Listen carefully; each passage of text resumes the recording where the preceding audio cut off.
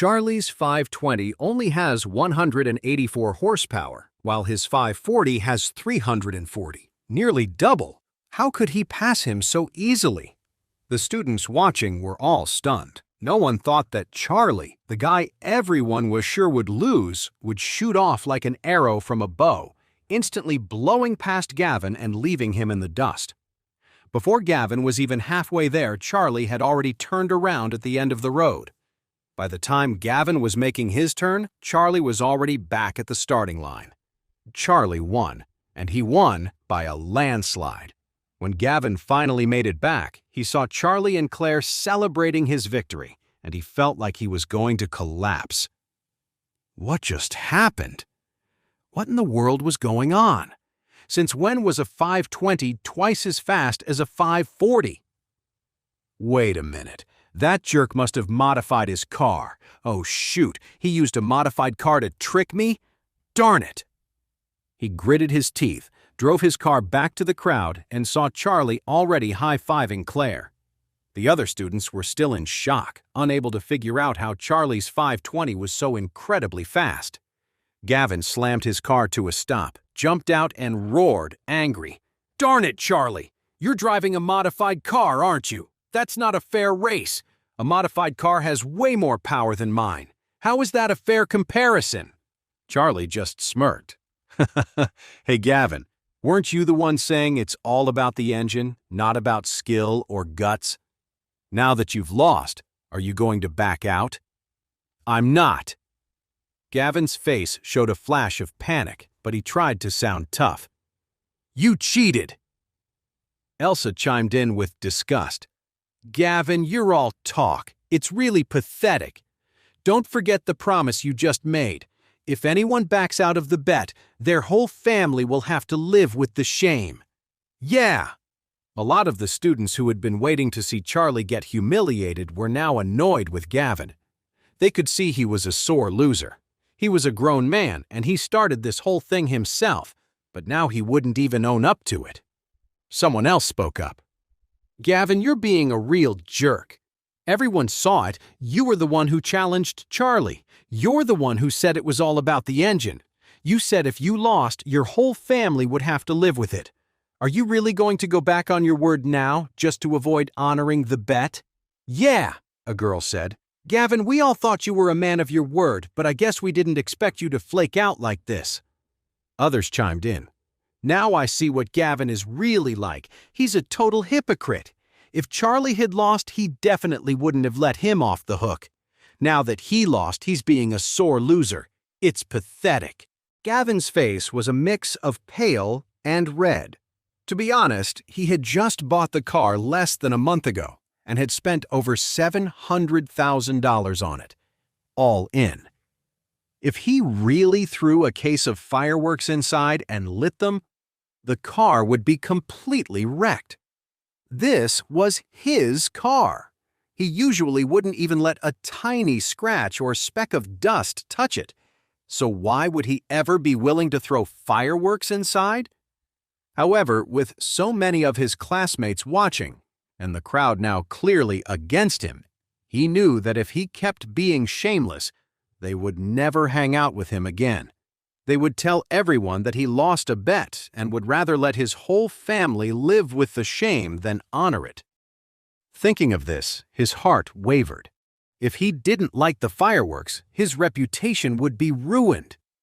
Just then, Charlie suddenly spoke up. "Gavin, we're all classmates here. It's not that serious. Your car is pretty expensive. If you don't want to do it, you don't have to." Gavin instantly breathed a sigh of relief, but the students around them immediately started whispering, "Wow, Charlie is being the bigger person." It's actually embarrassing to watch Gavin right now. Yeah, Charlie realized he can't afford to lose, so he's giving him a way out. Gavin's ego couldn't take it, and he yelled, "Who the hell said I can't afford to lose? Where are the fireworks? Give them to me. If I can make a bet, I can certainly afford to lose it." At that moment, a small smile played on Charlie's lips. Gavin had completely lost it. He couldn't stand being shown up by a nobody like Charlie in front of all his classmates, so he snapped, grabbed the fireworks from Darren, and threw them right into his car. After that, he picked up a lighter, grabbed the fuse, and said coldly, "Watch this. A real man doesn't back down from a bet, and I don't need any pity from Charlie." With that, he immediately flicked the lighter. The fireworks lit up instantly, crackling and exploding inside the car. At first you could see the flashes of light, but soon the car was filled with thick white smoke. The sound of the constantly exploding fireworks was breaking Gavin's heart, but the classmates watching were cheering with excitement. Many of them had already pulled out their phones to record videos, planning to post the whole thing on the internet later, so everyone could see this crazy stunt. The case of fireworks exploded, and soon the seats of the 540 were blown apart. The seats were filled with foam, which is super flammable. The fireworks quickly sparked a real fire. No one expected the fireworks to actually ignite the car. It was filled with so much white smoke that no one could even see the flames at first. However, when the fireworks were almost done and the smoke began to clear, the flames inside suddenly roared to life, and the whole interior was engulfed in fire. The classmates at the scene all screamed, and Gavin yelled in shock, "Oh my God, put it out! Put out the fire!" He thought the fireworks would just mess up the seats and the interior, costing him maybe tens of thousands or even $100,000 to fix. He never, ever expected the fireworks would actually set the whole car on fire. He screamed for a fire extinguisher, but no one could help him put out the flames empty-handed. He frantically dialed 911 and then watched helplessly as the fire in his car grew bigger and bigger until it was completely swallowed by the flames. By the time the fire truck arrived, all that was left was the burned-out frame of the 540. Looking at the frame, you couldn't even tell it had once been a luxury car. Gavin slumped to the ground, watching in agony as his beloved turned to ash. If he had known this would happen, he would have done anything to avoid provoking Charlie and challenging him to that race. He hadn't just lost face, his car was totally wrecked. Darren kept a straight face, but inside he thought it was hilarious and secretly gave Charlie a thumbs up. Then he said to Gavin, "Gavin, don't feel too bad. We should probably head inside for dinner." Gavin wanted to make up an excuse and just leave, but then he thought about it. That would be letting Charlie, that jerk, off way too easily. After all, his car was ruined because of Charlie. He had to get his payback somehow. So he got to his feet, pretending to be calm, and said, "What's there to be sad about? I was just having a little fun with a bet." A few of his friends came over to back him up. "Yeah, Gavin's loaded. What's one car?" "Exactly. For a guy like him, it's just a car." Everyone knew Gavin was just trying to save face, so they dropped the subject and followed Darren inside for the opening party. Inside the restaurant, a bunch of tables were set up in the main dining area. On a small stage at the front, banners were hanging up celebrating the class reunion and the restaurant's grand opening. A lot of classmates were bringing up gifts. Charlie took the ancient painting he'd bought, walked up to Darren, and said, "Congratulations, Darren. This is a little opening gift from me and Claire." Claire smiled too. "Darren, congratulations. We wish you all the best and a ton of success." "Thank you," Darren said quickly. He then leaned into Charlie's ear and whispered with a smirk, "You and your wife seem a lot closer than what everyone says. So, when are you guys having a baby?" Claire couldn't help but blush when she heard them whispering. Charlie just smiled and said, "Hey, don't spread rumors. When the time comes, I'll let you know." "You won't get out of buying a gift, you know." "That's true," Darren nodded eagerly. "I'll definitely give your kid a large cash gift when the time comes." Just then, a woman with heavy makeup and a plain face walked over to Darren. "Darren, who are these two?" "This is one of my best friends from college, Charlie. And this is our old prom queen, Claire, who's now Charlie's wife." After introducing them, Darren introduced the woman beside him. "And this is my fiancé, Aria Hughes." "He's the one who's a freeloader?" Aria blurted out, but she quickly realized her mistake and forced a smile. "Oh, Darren's told me so much about you. You two make a beautiful couple."